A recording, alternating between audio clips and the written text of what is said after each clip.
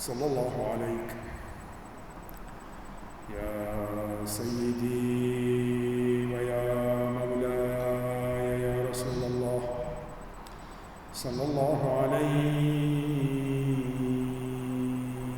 وعلى آل بيتك الطاهرين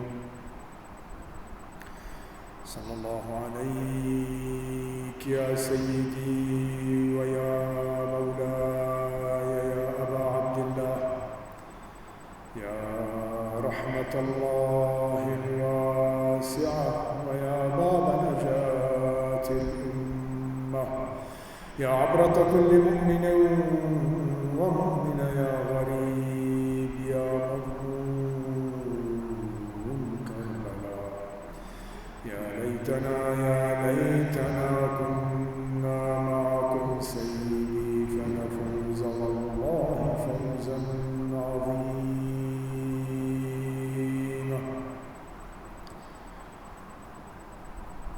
قال الشاعر: لم أدري أين رجال المؤمنين ذهبوا وكيف صار يزيد بينهم ملكا. لم أدري أين رجال المؤمنين ذهبوا، لم أدري أين رجال المسلمين ذهبوا وكيف صار يزيد بينهم ملكا. الحقيقة أنها من الأعاجيب، فكيف يصل هذا الطاغية إلى حكم بلاط الإسلام ويدعي أنه خليفة على المؤمنين؟ حاشا المؤمنين من أن يكون خليفتهم يزيد. إذا نظر الإنسان ودقق في تاريخ الإسلام يجد العجب العجاب. فما هي الظروف التي أوصلت مثل هذا النكرة ليصعد على كرسي الخلافة ويدعي أنه خليفة لنبي هذه الأمة؟ لا شك ولا ريب أن المقدمات التي أوصلته إلى هذا الموقع هي مأساوية. فجاء في زيارة عاشوراء لعن من أسس أساس الظلم والجور على أهل بيت نبي العصمة محمد صلوات الله عليه. اللهم لعن أول ظالم ظلم حق محمد وآل محمد وآخر تابع له على ذلك. اللهم لعن العصابة التي جاهدت الحسين وشايعت وبايعت وتابعت على قتله. اللهم لعنهم جميعا. نعم، فلا يستحق من الله إلا اللعن الذين قتلوا ابن بنت نبيهم. كيف يؤمنون بالله ورسوله ويقتلون ابن بنت رسوله؟ هناك مسألة تاه فيها أغلب الناس، أغلب القراء، أغلب الكتاب، تاهوا بكلمة ثورة. فهل ثار الحسين عليه السلام على يزيد بن معاوية أم معاوية هو الذي ثار على الإمام الحسين؟ هل ثار الإمام الحسين عليه السلام وأراد التوثب على يزيد ونزع الحكم منه؟ وهل كان مؤسسا لخارطة طريق الحركات المسلحة؟ حاشا، سلام الله عليه. أم ثار يزيد على الإمام الحسين عليه السلام فسلبه حقا أعطاه الله إياه؟ الله اختار من البرية محمدا صلى الله عليه وآله، واختار له 12 وصيا، أولهم علي وثانيهم الحسن وثالثهم الحسين. فما هي إلا الإمامة والاصطفاء. إن الله اصطفى آدم، نعم، هي اصطفاء. الحقيقة هي أن الله اصطفى كما اصطفى آدم اصطفى من الأنبياء رسلا، نعم، نوح وموسى وعيسى ومحمد صلى الله عليه وآله. نوح وإبراهيم وموسى وعيسى ومحمد صلى الله عليه وآله. وقال لإبراهيم على نبينا وعليه السلام إني جاعلك للناس إماما. قال ومن ذريتي؟ قال لا ينال عهدي الظالمون. نعم، الظالم لا ينال عهد الله. فبمعنى هذه الآية الشريفة أن الظالم لا يصل إلى منصب الإمامة، هي لأنها منصب اصطفائي، منصب مختار من قبل الله عز وجل، ولا يمكن للناس أن ينتخبوا إماما عليهم. نعم، ممكن أن ينتخبوا عليهم مثلا حاكم زماني يدير لهم شؤون البلاد، نعم، يدير لهم شؤونهم، يشق الترع ويحمي حياض الوطن ويقوم بما عليه من وظائف إدارية. أما الإمامة فهي مسألة أكبر من ذلك بكثير. فالظالمون لا يمكن أن يكونون مصطفين. فإن الله سبحانه وتعالى عندما اصطفى آدم واصطفى إبراهيم وقال لإبراهيم إني جاعلك للناس إماما، طلب هذا المنصب لذريته.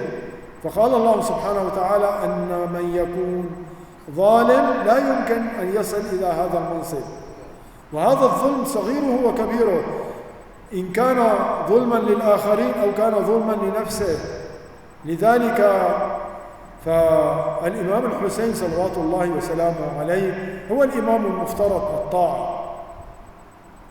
فيزيد هو الذي ثار على الإمام الحسين عليه السلام، فحاول سلبه حقا أعطاه الله إياه من حقوق الإمام أن يكون مفترض الطاعة، وأن يكون هو المرجع في كل شيء، في كل الأمور. لذلك المغتصب لهذا المنصب الزماني هو يزيد. هو لا يستطيع أن يسلب الإمامة من الإمام، ولكن سلب منه حقا له وهو الخلافة. سلب منه الخلافة، والخلافة حق الإمام، خلافة الناس، إدارة الناس، إدارة شؤون الناس. فمن الذي سلب الآخر؟ هل الإمام الحسين سلب يزيدا حقا، أم يزيد هو الذي سلب الإمام حقه؟ هو سؤال في منتهى الغرابة، والاختلاف كل الاختلاف في مصطلح الثورة. فهذا اللفظ في كتب اللغة في كتب اللغة يعني الهيجان والغضب والوثبة والانبعاث، وهذا هو المسطور في الصحاح.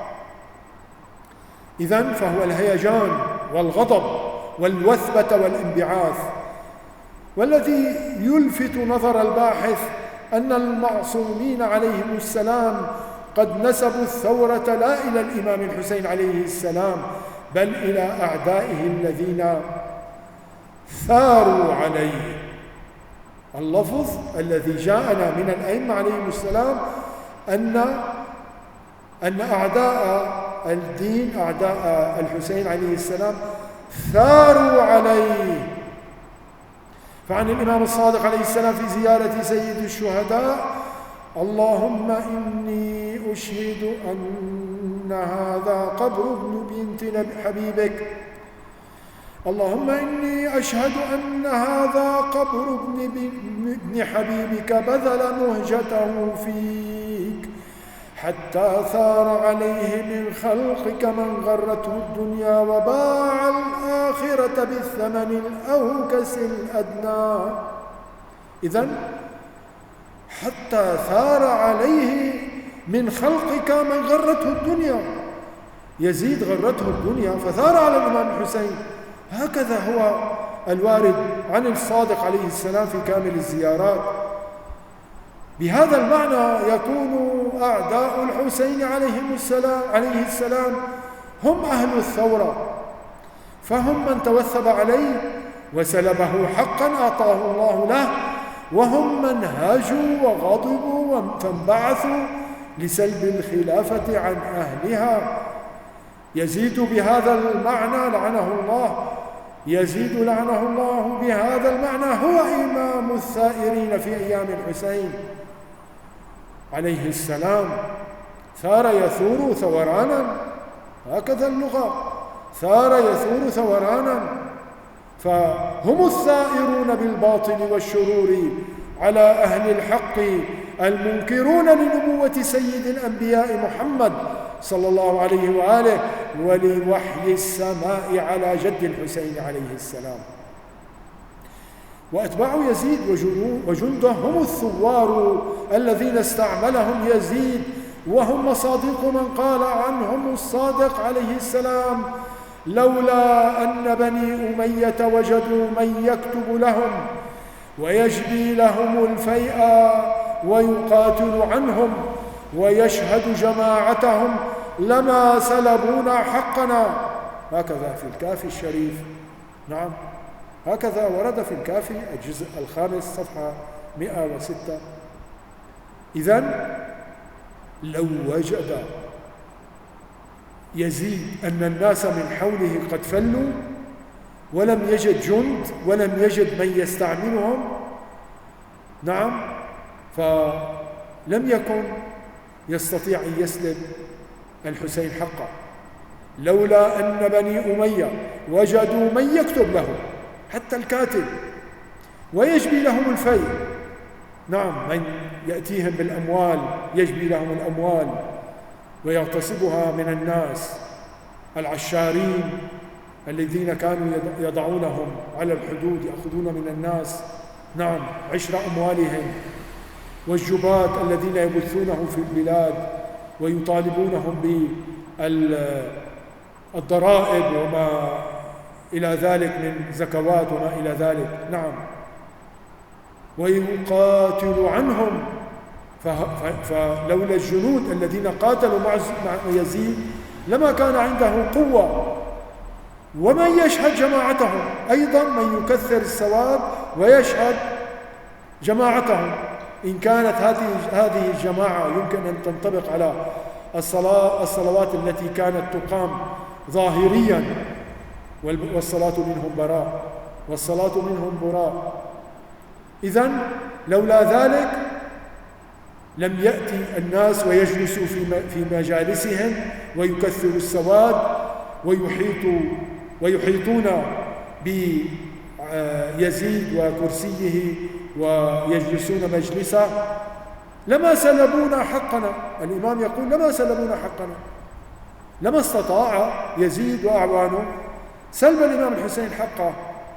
إذن ما تمكن بنو أمية وتسلطوا على آل محمد عليه السلام إلا بمعونة الأوباش الهمج الرعاع. فلو أن الأمة أطاعت أمر السماء في آل الرسول لعجز هؤلاء الأرجاس عن سلب الحق من آله. إذن كيف صار الحسين ثائرا؟ إذن بالله عليك، كيف صار الحسين ثائرا؟ إذن كيف يسمى الإمام الحسين اليوم ثائرا عند كثير من شيعته ومحبيه؟ إن مصطلح الثورة قد لبس لبوسا حادثا، فصار يعني التغيير الجذري في أوضاع البلد، سواء كان بالسلاح فيعتبر ثورة، نعم، مسلحة، أو دون السلاح فيعبر عنه بالثورة البيضاء أو السلمية التي لا يسفك فيها الدم، وهو يشمل ما يقصد به إطاحة نظام حكم تارة أو تعديل أخرى، فضلا عن استعماله في مجالات أخرى كالثورة الصناعية والثورة الزراعية والثورة المعلوماتية. نعم، هو مصطلح فضفاض طويل عريض. ومن الناس اليوم من يرى أن الإمام الحسين عليه السلام ثائر بالمعنى المعاصر، بمعنى أنه كان يريد إجراء تغييرات أساسية في أوضاع البلاد بعدما سلب حقه، سواء كانت سياسية أو دينية أو اجتماعية، وأن ما فعله عليه السلام هو نوع من أنواع الثورة المسلحة. فكان الإمام عليه السلام ثائرا بل رمزا للثوار. وقد يضم للدلالة على ذلك ما ورد في زيارته عليه السلام: السلام عليك يا ثار الله وابن ثأره. الله أكبر. هنا الثأر من الأخذ بالثأر. الأخذ بالثأر هو دلالة هذا اللفظ، وهذا في الكافي. وما روي عنه عليه السلام أنه قال: إنما خرجت لطلب الإصلاح. إذن هل ثار الحسين فعلا؟ هذا الأمر يلاحظ على أمور. هذا الكلام يلاحظ من خلال أمور نذكرها: أن ما فعله الإمام أولا عليه السلام لا يمكن أن يكون من باب الهيجان والغضب والوثب والانبعاث، فهو الإمام المطمئن الذي ظل وجهه الشريف نيرا حتى آخر لحظات من حياته المباركة. كانوا ينظرون إلى وجهه الشريف فيجدون فيه السكينة والوقار، وكانوا يستغربون أن هل يمكن لمثل هذا الموتور عليه أفضل الصلاة والسلام أن يكون في كامل السكينة والوقار وفي آخر لحظات حياته حتى وهو يذبح؟ وهذا قاتله شمر اللعين يقول: فوالله ما رأيت قط قتيلا مضمخا بدمه أحسن منه ولا أنور وجها، ولقد شغلني نور وجهه وجمال هيئته عن الفكرة في قتله. وهذا مذكور في كتاب اللهوف. ثانيا، أن معنى ثار الله وثأر الله هو أنه تعالى من يطلب بثأره أي بدمه. الله سبحانه وتعالى هو الذي سيطلب بثأر الحسين، بدم الحسين، نعم، أو يأمر بالطلب بدمه. والشاهد على ذلك في كتب اللغة واضح كما في مجمع البحرين، وفي الروايات الشريفة صريح كما في قولهم عليهم السلام: وأنك ثار الله في أرضه. ثار الله في أرضه حتى يستثير لك من جميع خلقه، حتى يستثير لك من جميع خلقه. هذا في كامل الزيارات. وفي قولهم عليهم السلام: وأنك ثار الله في الأرض والدم الذي لا يدرك ثأره تيرته أحد من أهل الأرض. نعم، لا يدرك ثاره أحد من أهل الأرض ولا يدركه إلا الله وحده. وهذا أيضا في كامل الزيارات.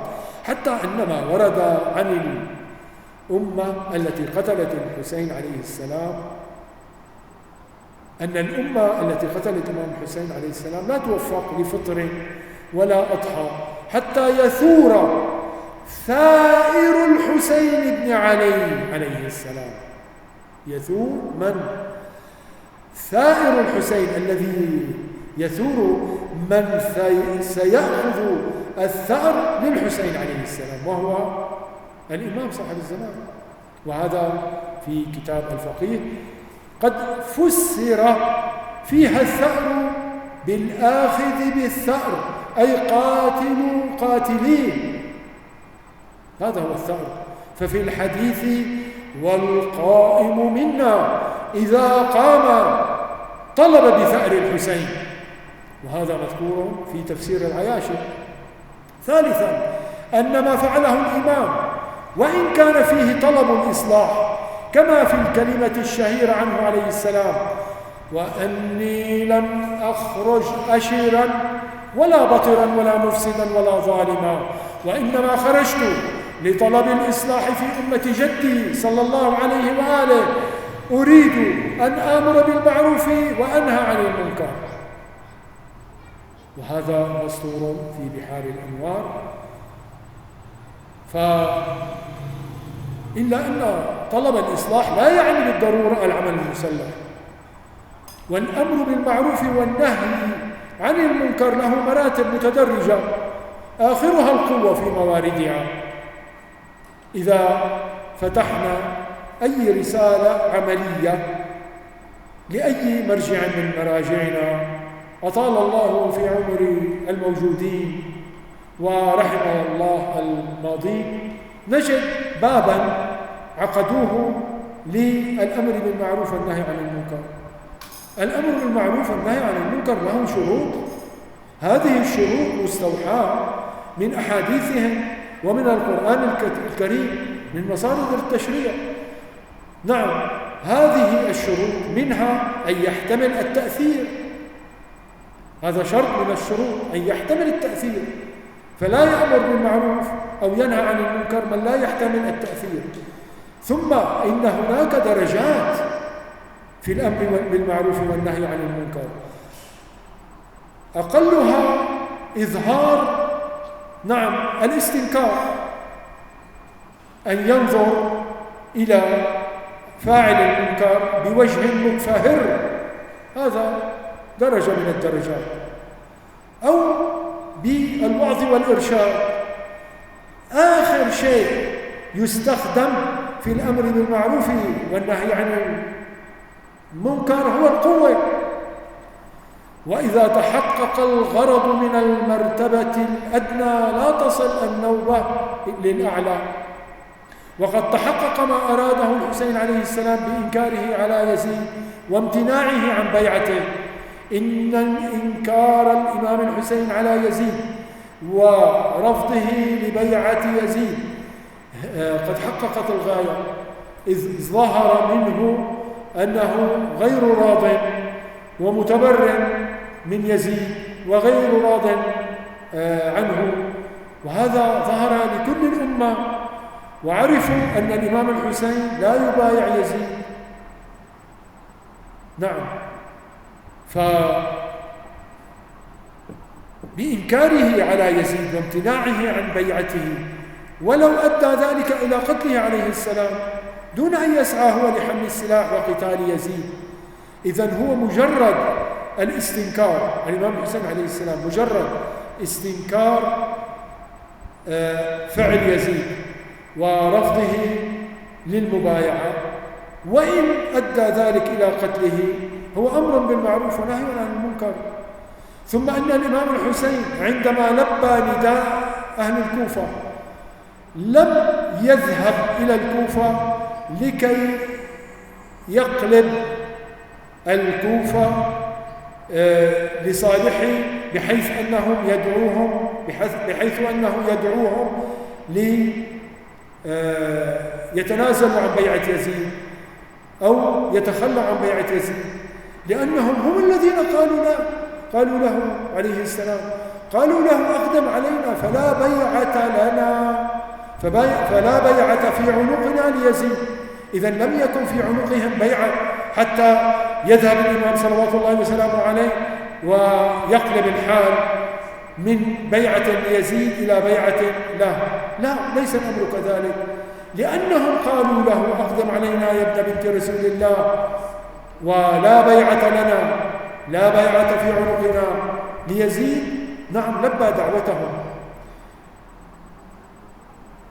إذن لماذا قاتل يزيد الحسين عليه السلام؟ ولماذا قاتل الحسين عليه السلام؟ إذن الذي بدأ بالقتال هو يزيد، أما الإمام الحسين لم يرد. وهذا من خلال السيرة ومن خلال ما سطره التاريخ لنا نستطيع أن نستوحيه، وقد استوحاه المرجع الأكبر رضوان الله تعالى عليه، المرجع السيد في كتابه فاجعة الطف رضوان الله تعالى عليه وقدس الله سره، في كتابه فاجعة الطف سطر لنا الغايات والدواعي والأسرار التي تضمنتها هذه النهضة المباركة. وهذا الكتاب الذي هو حوالي 700 صفحة لا يوجد كلمة ثورة فيه أبدا، فالقضية ليست ثورة. الإمام صلوات الله وسلامه عليه لم يقم من أجل أن يغير نظام حكم بقوة السلاح، كان جالسا في بيته في المدينة، فجاءه والي المدينة وقال له، أو جاء رسول والي المدينة وقال له نعم يقابل والي المدينة، فعندما قابله قال له إني مأمور بأن أخذ منك البيعة وإلا القتل. فقال له الإمام الحسين أمهلني حتى الصباح نرى وترى. وفي جنح الليل عبأ أهل بيته وأصحابه وغادر إلى مكة. إذن الإمام الحسين صلوات الله وسلامه عليه من المستبعد كثيرا أن نطلق عليه ثائر بالمعنى الذي يتناقله الناس. فهل لنا إذا كان هو ثائرا، إذا كان الحسين كما يدعون صاحب ثورة فنحن نتأسى به، فهل لنا أن نتأسى به عليه السلام فنثور كما ثار كيفما اتفق؟ لا يمكن هذا الشيء. سيرة أهل البيت لم تكن كذلك. كل الأئمة صلوات الله وسلامه عليهم عاشوا في ظروف صعبة، عاشوا تحت سلطة حكام ظلمة، كلهم كانوا ظلام، نعم، فصبروا وأمروا بالتقية والحفاظ على الأرواح، نعم، ولم يثر منهم أحد، حتى أن البعض قد جاء من خراسان ودخل على الإمام صلوات الله وسلامه عليه، وهذا الحديث مكرر وفي عدة مواقف، فكانوا يدخلون على الإمام ويقولون له إن لك في خراسان 100,000 سيف، إلى متى القعود يا سيدي؟ فيقول لأحدهم ادخل في هذا التنور، والتنور مشتعل وناره حمراء زرقاء تكاد تصير سوداء، فيرتعد ويقول اعفني يا سيدي اعفني، لا قدرة لي على ذلك. فيأتي أحد أصحاب الإمام صلوات الله وسلامه عليه ويدخل من الباب فيقول له الإمام ادخل يا فلان في هذا التنور، فيدخل وهو مشتعل، وبعد هنيهة يخرج سالما ليس فيه شيء. إذن يسأل الإمام صلوات الله وسلامه عليه هذا الخراساني يقول له كم واحد عندك هناك في خراسان مثل هذا؟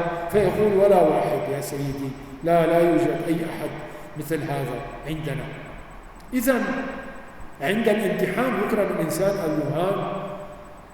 هكذا الأمور عندما كان الإمام الرضا صلوات الله وسلامه عليه في أوج سلطانه، نعم، عندما جعله المأمون ونعم أنه على أساس أنه خليفته، أن الإمام صلوات الله وسلامه عليه هو ولي العهد من بعد المأمون، جاء رهط من الشيعة وقالوا له يا سيدي ويا مولاي الناس كلهم معك، لنقم على هذا الطاغية.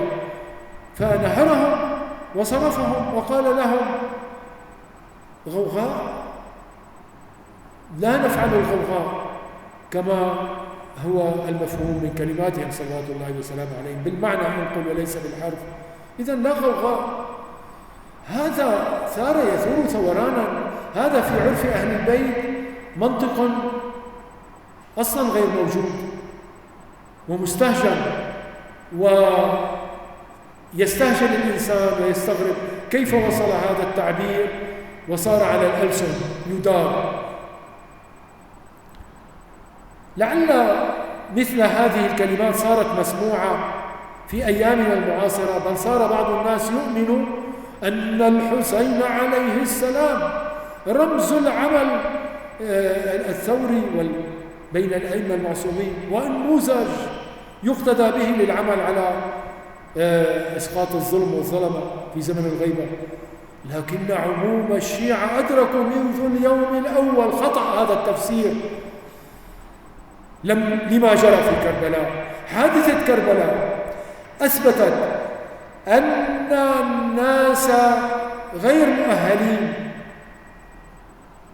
لأي عمل إصلاحي في هذه الأمة، بل أظهرت حادثة كربلاء وأكدت أنه لا سبيل للإصلاح أصلا. الإمام علي صلوات الله وسلامه عليه عندما استلم فعل ما فعل لكي يصلح في أمة رسول الله صلى الله عليه وآله وسلم، ولكنه وصل إلى حد فقتلوه.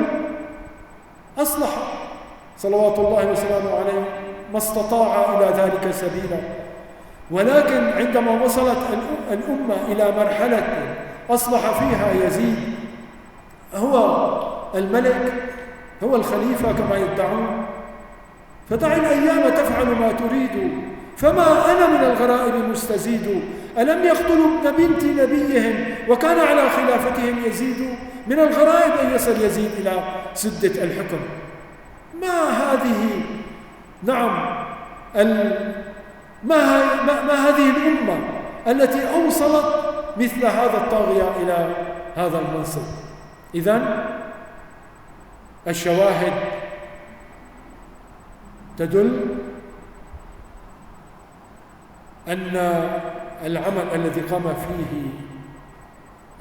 به الإمام الحسين صلوات الله وسلامه عليه هو نهضة إصلاحية فيها أمر بالمعروف ونهي عن المنكر، ومجرد أنه رفض البيعة وعرض نفسه للقتل هو هذا الذي جعل الفتح، لأنه قال صلوات الله وسلامه عليه الفتح حصل، الفتح بحمد الله حصل الفتح.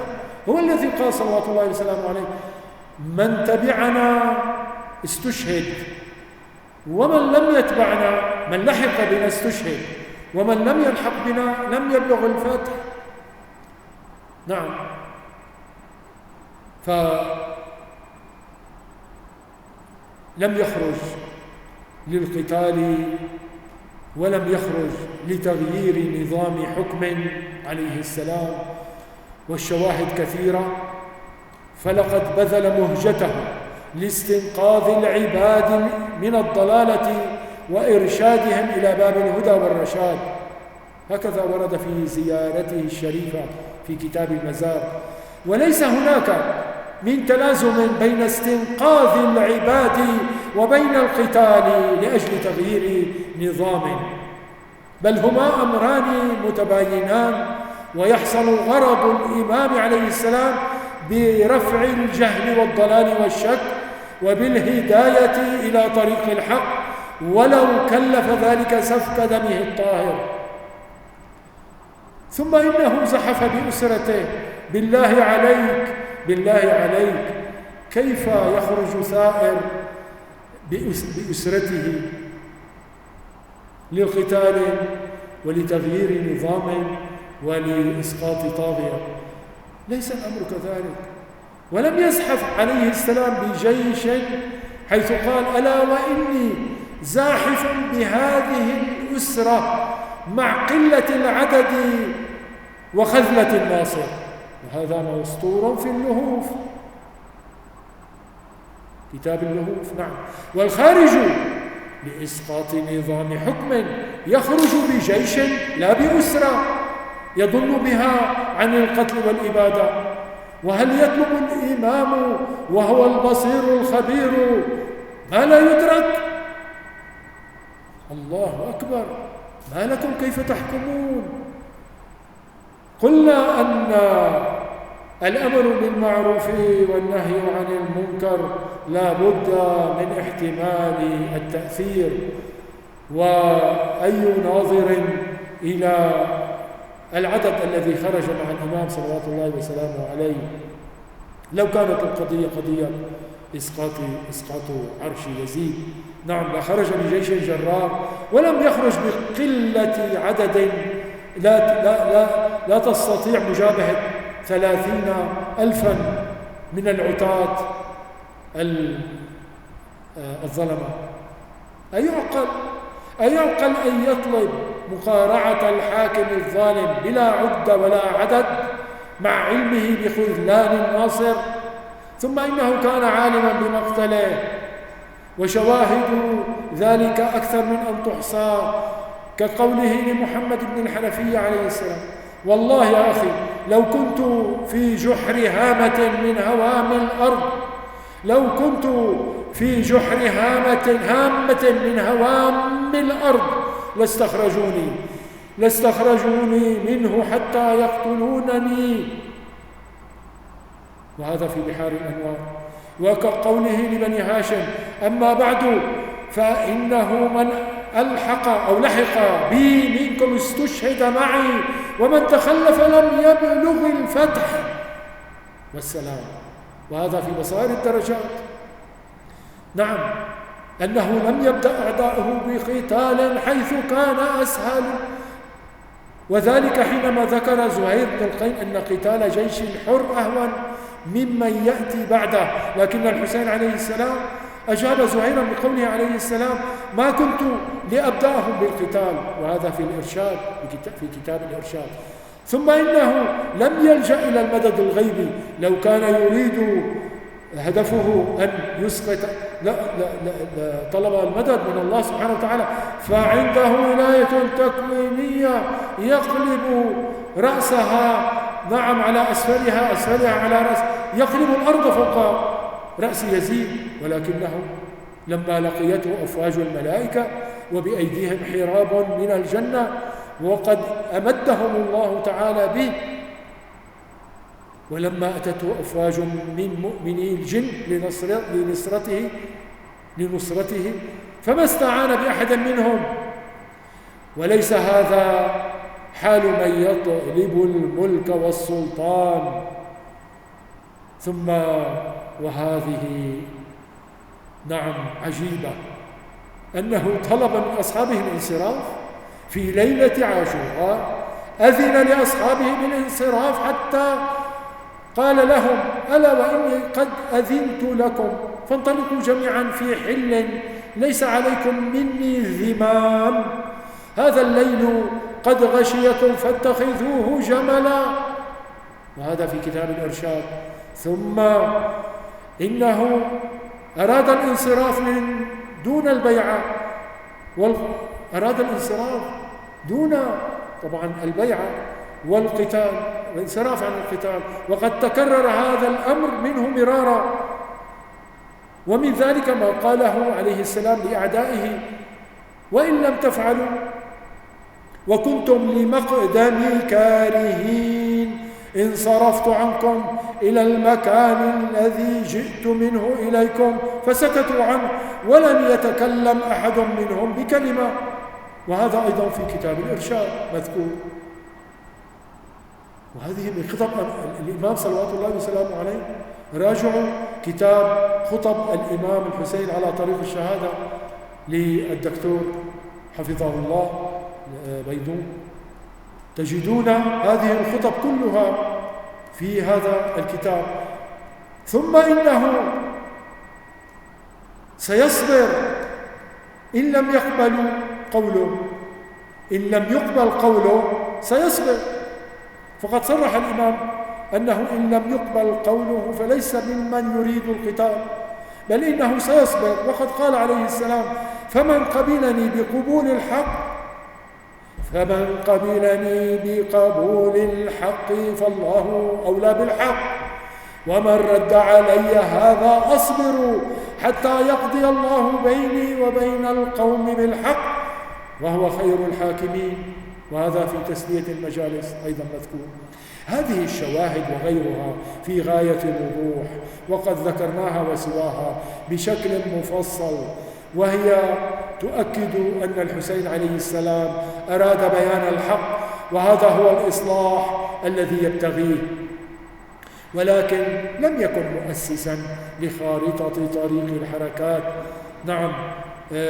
المسلحة، وإن استعمل السلاح عندما خير بين السلة والذلة، وفرق كبير بين الأمرين.